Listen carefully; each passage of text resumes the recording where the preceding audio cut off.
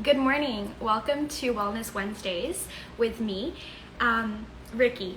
It is my deepest belief that self care, in the form of equipping oneself with the right personal and professional development tools, is anything but indulgent. Self care involves prioritizing one's well being. It is a comprehensive concept which, if practiced correctly, enhances our relationship with ourselves, others, and our immediate environment. With this new series, Wellness Wednesdays, with minorities in STEM, I hope to challenge the norm with the audacious notion that to succeed, you have to take utmost care of yourself first, intellectually, socially, spiritually, and physically, before anything else, particularly amongst us gender minorities. With that, I would like to introduce my guest, Naia Butler-Craig. Naia is a second-year PhD student studying aerospace engineering at the Georgia Institute of Technology, where she's a member of the High Power Electric Propulsion Lab. She is funded through the NASA Space Tech Graduate Research and GEM Fellowships. Her ultimate career goal is to become a mission specialist astronaut. She is a 2021 Forbes 30 Under 30 recipient. So I'm gonna add her right now and she'll be on soon.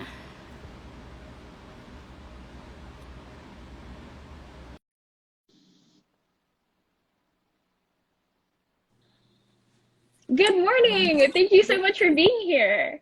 Of course. Thank you for having me, Ricky. How are you? I'm good. I'll be drinking my coffee, talking to you this morning.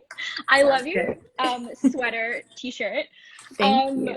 Very on brand. Okay, so Mhm. Naya, as I had introduced, today we'll be chatting about imposter syndrome, taking Mhm. breaks from the internet whilst being a Black, Indigenous person of color content creator, and Mhm. identifying financial mentors as an engineer in the spaces that you're in. Yeah. So I'm just gonna start. I've already Mhm. introduced you, but I was wondering if you could give me a small introduction about yourself that's like a catchy sentence or like a tagline. Yeah, I've been working on this all morning and I haven't made it very catchy, but I'm just gonna go with what I have. Okay. And so I'm Naya. I'm from Orlando and I'm a space loving, I guess, always learning individual who's passionate about making space better for humanity. That was catchy. Thanks, the best I could do.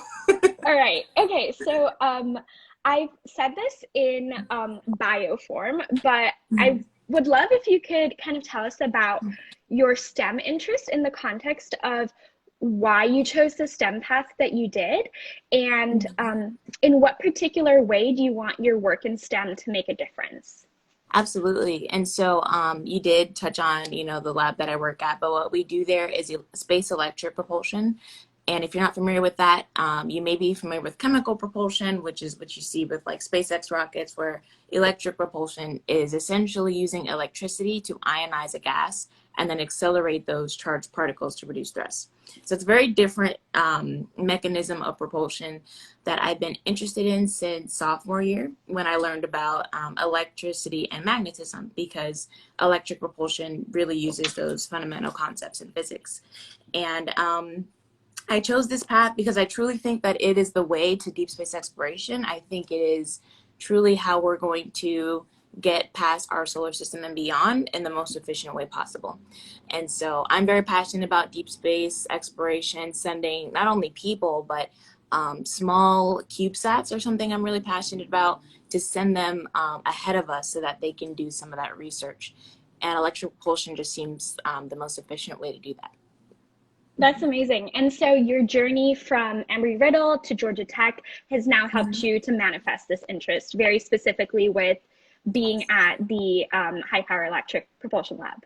Exactly, Okay. exactly. Right. Okay, so I think we covered all of those questions really well, and I'd love to jump into really the topics at hand. The first one being imposter syndrome. So I kind of want to first talk about being nominated for Forbes 30 Under 30. Yeah. Um, and really the concept of giving oneself permission to see themselves as the person that would 500% deserve it. Can you tell me a little bit about any doubt you had in your own mind and any tips you might have for everyone listening to really unpack that? Sure. So I actually didn't know that I was nominated until I got the email, kind of asking me to fill out that additional questionnaire. And so, I mean, I texted my family group chat like, "Oh my God, I just got an email from Forbes. I don't know what it means." And I think I specifically said, "Don't get your hopes up. It's just, it just maybe that, they thought of me." And so I basically was bracing myself to not get it. And I braced my entire family so that they weren't disappointed. Because I was even afraid of letting them know that, because then if I didn't get it, then I felt like a big disappointment. And so I think that already kind of shows how I felt, kind of the doubt with respect to Forbes, just not feeling like I was a name that belonged on that list. And then, of course, I got the email that I did get it. And fun fact, the time that I got it was actually kind of during finals time. And I was already feeling like a complete failure because finals preparation was rough. And so while it did give me that extra boost to get through finals, I think the timing just kind of shows me that it's not really about how you feel in the moment. It's just about who you really are. And so I kind of decided to look at myself and say, okay, what aspects of me did deserve this? What have I done in the past? And I'm just constantly reminded of the fact that I'm not my grades. I'm not my, my failures or anything. I'm an accumulation of all those things. And so when I looked at myself as a whole person and then not just my failures, I kind of saw that, the other people on this list do or look just like me. They're just like me. I know you saw like a few of our Twitter friends who got it as well. And I thought that was the coolest thing ever, because it just shows that even as a young person, we're making that impact no matter how much we kind of discount it. So I hope that makes sense. But I know you Absolutely. talked about tips. Mm-hmm. So as far as tips for unpacking that, I would just say do the same thing. Don't look at yourself as one thing in your life. Look at your complete whole self. And don't forget about what you've accomplished. I'm a person who will do something and then move on to the next thing without really patting myself on the back. And so just really take those moments to pat yourself on the back. Make a record of what you've done. Don't forget those things, and don't forget to use them when you advocate for yourself. So I hope that helps a little bit. No, it totally does. And Yeah. so I think one of my main takeaways from what you shared was it's not only about like acting as if, it's Hmm. the realization that you already are. If Yes. that makes sense, like there isn't like Right. a gap that you actually are making. It's just like in your head. Right. Um, and I just think that's really cool. Thank you for sharing that. Of course. Okay, so would you like to share anything more in terms of that topic on comparisons, not putting others on pedestals, Yeah. and affirmations that you might have had? Absolutely. So comparisons are huge for me. I know I really struggled with that. I was always looking at the next person and kind of weighing myself on their standard and on their standard of success, or what I saw, or I'm sorry, let me put this better. I made other people who I thought were doing the dang thing my standard for success. Whereas I should have looked at myself and then assessed myself against a completely different set of standards, because again, that person doesn't deal with what I deal with. That person hasn't had the experiences that I have, and et cetera, et cetera. And so I just say to that, like, look at other people as opportunities to learn. People that you feel that are better than you are not necessarily better than you. They may know something different. They never know more than you. And that's something I've had to completely really just cement in my head, especially in grad school, when I'm in a lab with other people who know far more than I do about this lab. But I just keep reminding myself, they know about this lab. I just got here. They've been here. So it makes sense. And so I'm constantly having to just kind of check myself when it comes to looking at other folks, and reminding myself that knowing other things is not knowing more things than me. And even if they do know more things, I should be grateful to have the opportunity to learn from that person, regardless of how they look at it, whether they're condescending, whether they treat me like I'm less than. I see every opportunity to learn, because if I'm learning, I'm winning. And if they're condescending or etc., have their own personality flaws, that is their issue. So yeah, Yeah, it's I a mean, mental thing. it's a blessing to be in rooms where we're not the smartest person, so we can kind Exactly. of like grow and like reach that. Right. Exactly. Okay, And they're learning from you too, by the way. yeah, there's like a bunch of nice comments like coming your way, Uh-oh. like, oh my gosh, thank you, Naya. Oh, sweet. Hi, Um, everybody. and they're saying, this is such great advice. And let's see, assess yourself today against yourself yesterday and work to be better than you were, not anyone else. That's my mom. Um, okay. Oh my gosh. Hi, mom. Thank you for being here. I love that. Okay. So sweet. So if you feel good about that, I think we Yeah. can transition to going Sure. offline and Yeah. needing to take mental health breaks as a Black Indigenous person of color, Yeah. but then also wanting to be a creator that does all the prerequisites of like growing and like growing on social media and having like a strong community and a platform where they're Yeah. able to speak to their values. So okay, so I wanted to first talk about the tools that you use to be able to go offline as often as you need, despite having to like maintain the online presence because people look to you as someone that they'd like to hear from about space or issues pertaining to Black Indigenous people of color. So I'd love to talk about that. Absolutely. And so one big tool that I use is Hootsuite. So I definitely have some planned content that's very useful for when I'm offline. But I also realize that I owe myself much more than I owe anybody else. And so even if people are looking to me for answers and I feel I need to, step away, I step away. And I think that's a big thing because I think that, being, big on social media, being a leader on social media is great, but not at the expense of yourself. And I think my true supporters, the people who really support me, would not mind if they didn't see me for a few days, especially like, I mean, the best example is during the summer when, it was the height of the Black Lives Matter process. There were police brutality instances and just the news of that just making its ways across social media every day. And that, for Black folks, you're seeing other Black people just be, a trigger warning, I'm sorry, but murdered. And that is not easy to look at every day. That is beyond traumatizing. And I owed it to myself to step back a few times. And yes, I did want to be the person that people did look to for certain answers with respect to, how does the space community fit into what's happening right now? Like, I do want to be a part of that, but never at the expense of myself. And I know the people who truly support me understood that. And I knew that social media isn't going anywhere. Again, with comparisons, other people may pass you during your break, but if you have your niche of community, you don't want you don't want them to treat you as some type of unlimited resource because that's not sustainable. And so I think that the community I've cultivated, I absolutely love my social media community, the people that I interact with. I think I've got a great community there.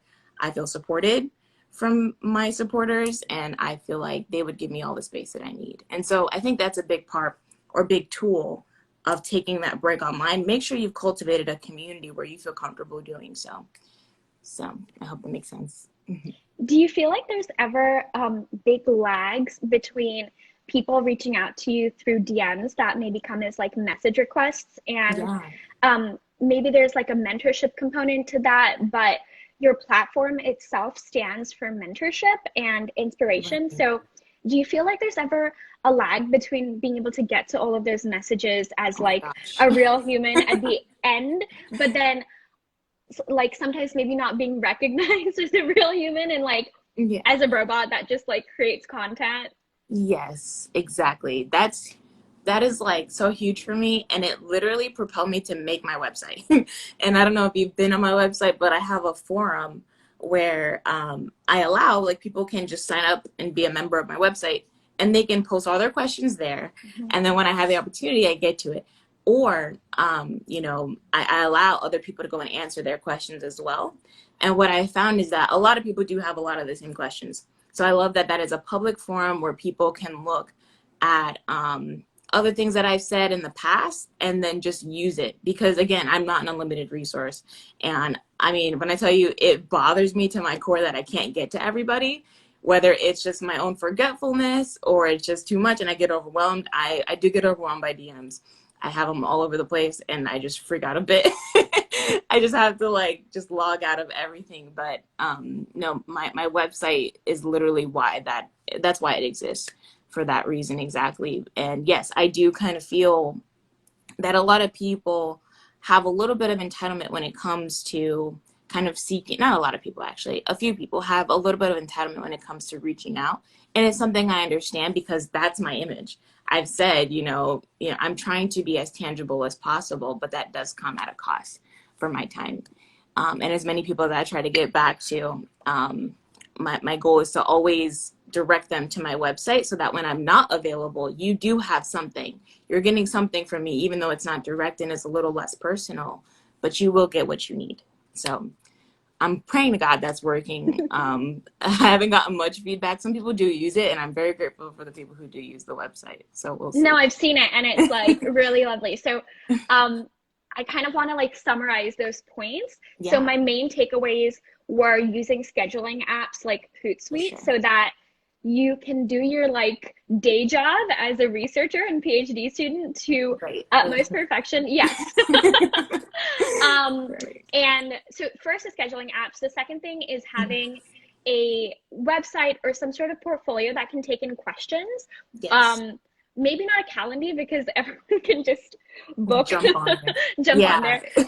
And so more so like a online forum where like-minded people who follow your page can ask you questions and even answer other people's questions. Yes. So that like it really like hits the nail home that like you're not an unlimited resource. Right. Yeah. And then they could always refer back to that thing. They don't have to wait on a response from me anyway, because a lot of stuff is time sensitive. So I like for people to just have something that they need. And if it's not an online resource, I mean, a lot of our pages tell a lot about what we do too, like our Instagram pages. So you could direct them to certain posts so you don't have to, repeat yourself. So. No, that's really, really helpful for anyone listening. Okay, so let me see. Okay, the last couple topics pertain to financial mentorship. And so can you begin by telling me a little bit about financial mentors that you've had in your life as an engineer? Really how to seek them out in spaces like engineering schools and NASA. And if you could share openers for conversations with said financial mentors, that would also be really helpful. Absolutely. And so my financial mentors actually met working at NASA. And it was really chance. Like, I can't say I sought them out. As a matter of fact, I was so, what do you call it? I don't want to say laser focused because that may give like a positive connotation. I was so, I had such tunnel vision when it came to engineering. I didn't think about business. I didn't think about money. I was just like, I'm going to get this degree. I'm going to be a PhD aerospace engineer at NASA and live the life of my dreams. And then I saw somebody with a PhD at NASA living not a life of my dreams. And I was like, okay, maybe I need to think about something else. And that was just because I think it opened my mind to the fact that, having a PhD working at NASA is amazing. And I'm not trying to discount that. But it's not exactly financially where I thought it was going to be. I still had that naivete that like being an aerospace engineer, you're going to make a bunch of money. And be all set, yeah. Right, yeah, that's what everybody says. And then you get there and you're like, that's not what we talked about. And that's okay. I mean, I absolutely love NASA and the environment there, so it's worth it. However, at that point, I kind of decided that I needed some additional guidance. And so my mom has always been one of my mentors, as a matter of fact, financially. I learned so much from her. But within the engineering space, I wanted some more like specific advice when it comes to cultivating my career and something, or just making sure that my financial life is on point with respect to that salary and what I'm expected to make. And so any openers I would suggest are just kind of bring it up. I think money is a much bigger topic in these spaces now, just in general, because we've seen kind of we've seen a big economy lapse because of COVID. I think now, I mean, it's going to be almost a no-brainer to mention that. Also, if you work at NASA or you work at even any other government facility, you might deal with furloughs. And that is another huge financial burden for some people, because you literally go without a paycheck because the government, because the president shuts the government down. And that can be, really not great for some people. And so I would, if I were to look for another financial mentor within the engineering kind of space, I would bring up those things. Like, if they work at NASA, another government facility, how do you deal with furloughs?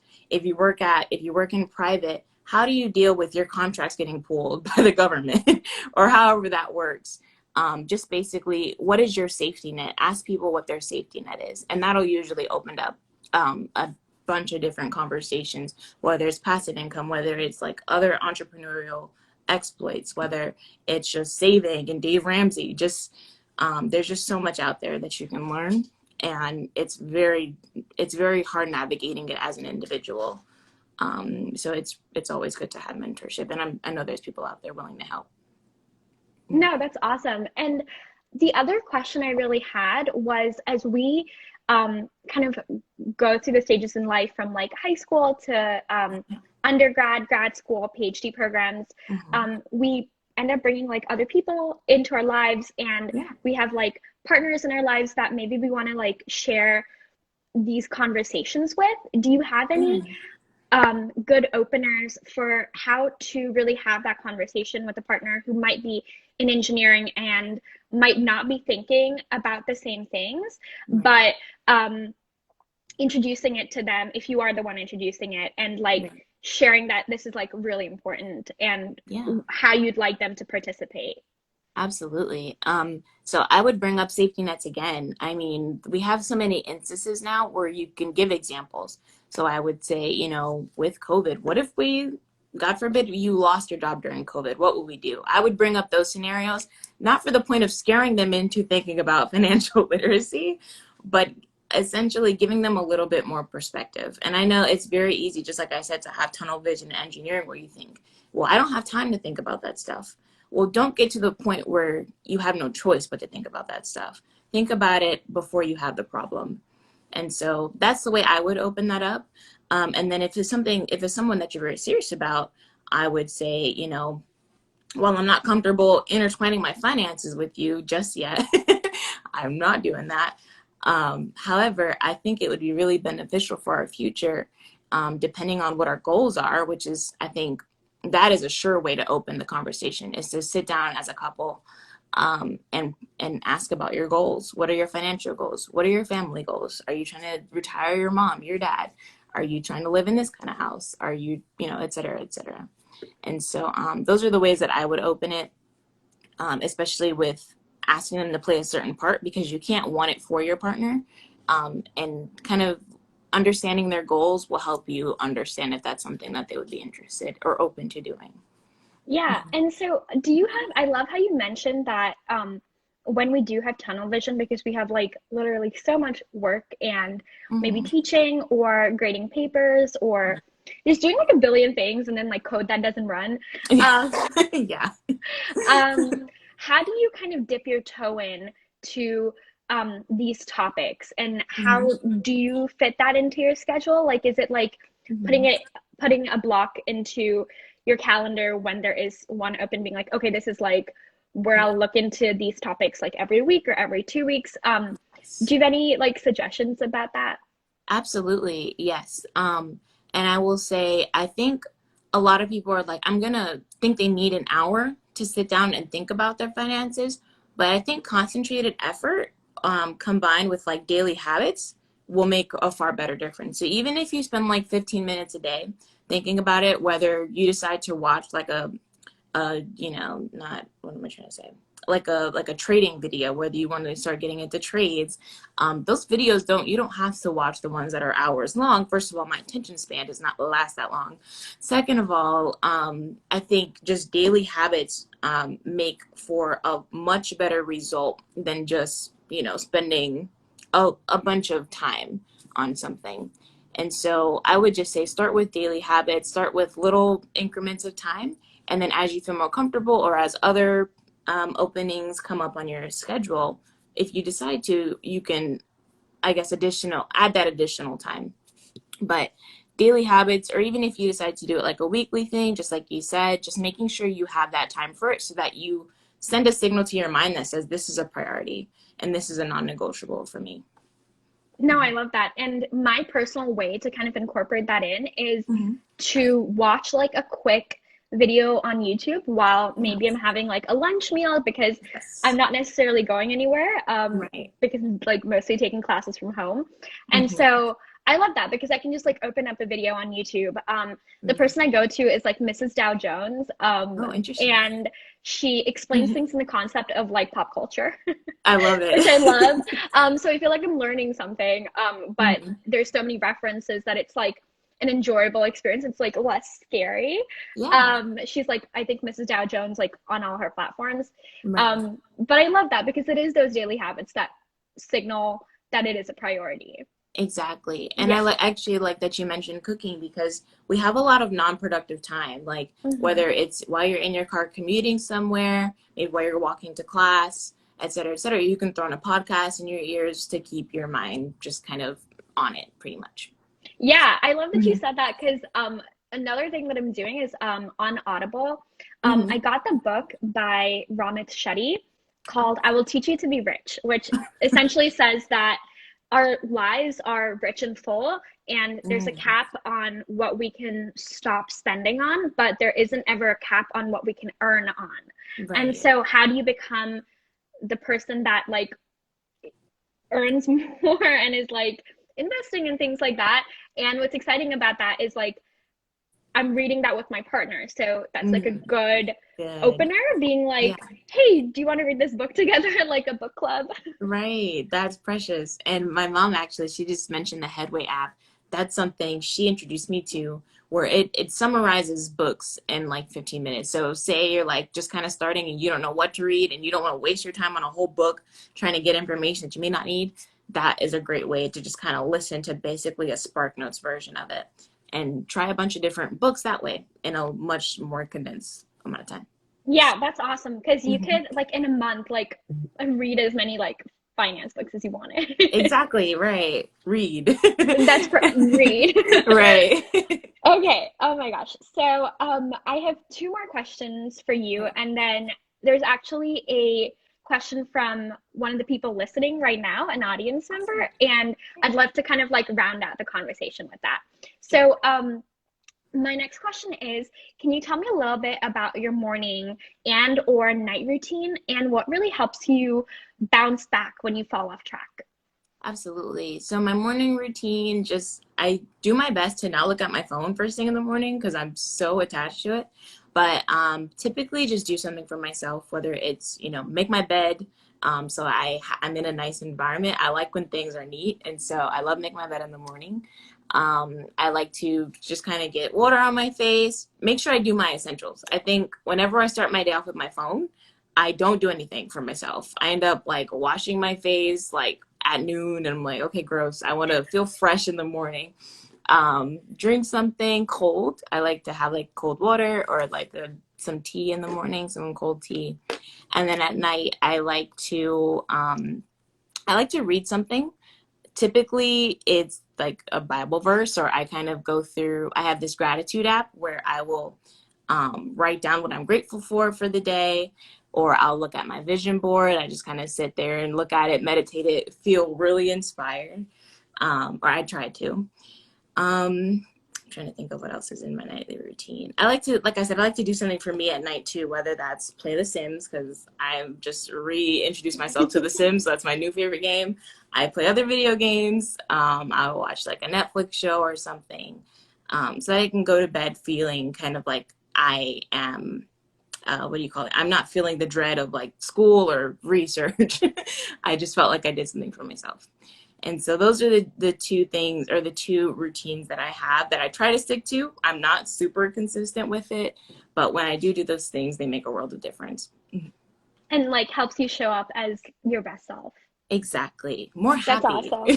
Hmm. more full. Yeah. Okay, so my final question really is, what does wellness mean to you? Sure. I think wellness is kind of looking out for your future self, both mentally and physically and emotionally, just all the Elise. in all the facets of your life. And so whether that's daily habits that continue to build on your personal, professional, spiritual development, or whether it's just truly taking time out for yourself to be yourself and just be. I think I have trouble with like living in the moment. And so I have trouble just appreciating what's around me and etc. And when I take the time to just be, whether that's through meditation or just like true, just doing nothing, I feel at my best. And so I think taking those times out for yourself, as well as having the discipline to do what you don't feel like doing so that you look out for your future self, is what wellness truly is. Thank you for saying that. Okay, so I have a question from someone in the audience. Okay. They say, how do you try to build up support for Black, Indigenous, people of color who are gender minorities to go into science? Absolutely. I think putting pressure on these organizations, whether they're academic institutions or, corporate organizations, I think putting the pressure on them to not just recruit talent, but to retain them and put intentional thought behind what it means to retain BIPOC. And so I think creating that space, it's great when you have support systems within that space. So I can do everything I want to do to try and make Black women feel more safe coming to, wherever I'm at, whether that's school or at a job. And we can have as big of a community as we want. But if that organization is not putting any action behind its words to retain that talent and actually, whether that's policy change, whether that's salary, making sure that we're getting paid what we're worth, or et cetera, we're simply not going to retain, that talent essentially, if that makes sense. And No, so, absolutely. right. And Yeah. so I think it's just most important to put that pressure on organizations and kind of make them, tell them to put their money where their mouth is. And and so, and make yeah, the conversation surrounding sponsorship rather than just like mentorship, because exactly. that's free. Also, And yeah, yeah, sorry, go ahead. no, continue. Yeah, I was gonna say, like, so putting all of the responsibility on the Black, Indigenous, people of color to create these communities burns us out. I don't think they understand that enough. Like, yes, it's great to be the leader of this cause because, of course, you want somebody who's in that who understands the struggle to be in that position, right? But at the same time, we can't bear the brunt of mentoring every new hire or every new student, because at what point does our productivity in our job suffer? So it's like, do the work, hire the people that actually have, what do you call it, professional backgrounds in this stuff, and diversity and inclusion and recruitment, who do look like us, but that's their job. Because Mm-hmm. making it our jobs, just you're going to limit what we can do. You're going to just essentially burn us out. I don't want to go too long, but I'm very passionate about that time tax because it's not a joke. So, yeah. No, exactly. Mm-hmm. And in terms of just wanting to be educated about these issues and the burnout Yeah. that Black, Indigenous, people of color face when they're having to do like talks for free and Yeah. it's not their job.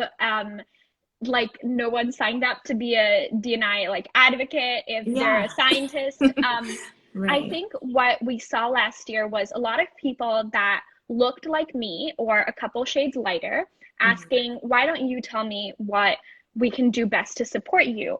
And I think what's interesting is it's not only asking and listening carefully, but it's also like taking the initiative to do the reading ourselves. So it's, I Mm-hmm. think it kind of loops back around to sometimes the people that ask content creators questions. It's like the same thing. Like Mm-hmm. there are forums out there where you can read about how you can support Black, Yeah. Of Indigenous, people of color, and course. you can ask those like forums and platforms questions rather than Right. taxing the people themselves who might be like scientists or engineers. And Right. there's like this careful balance of not thinking that you owe us anything. Yes. Yeah, you hit the nail on the head. There's not much to add. And um, I just wanted to point out, like, especially with regard to talks, like if you see a Black, Indigenous person of color doing a talk informing you about how these experiences affect us, and you're just trying to learn, remember that that is a privilege and not a right. That they have made time for that, and they don't owe you those explanations. You owe them to learn, if you call yourself an ally. If you don't, your prerogative, I don't care. But if you do, the goal shouldn't be to stress out, tire out, and then not pay a bunch of individuals who actually are going through, the racism that you want to inform yourself about. So you hit it perfectly.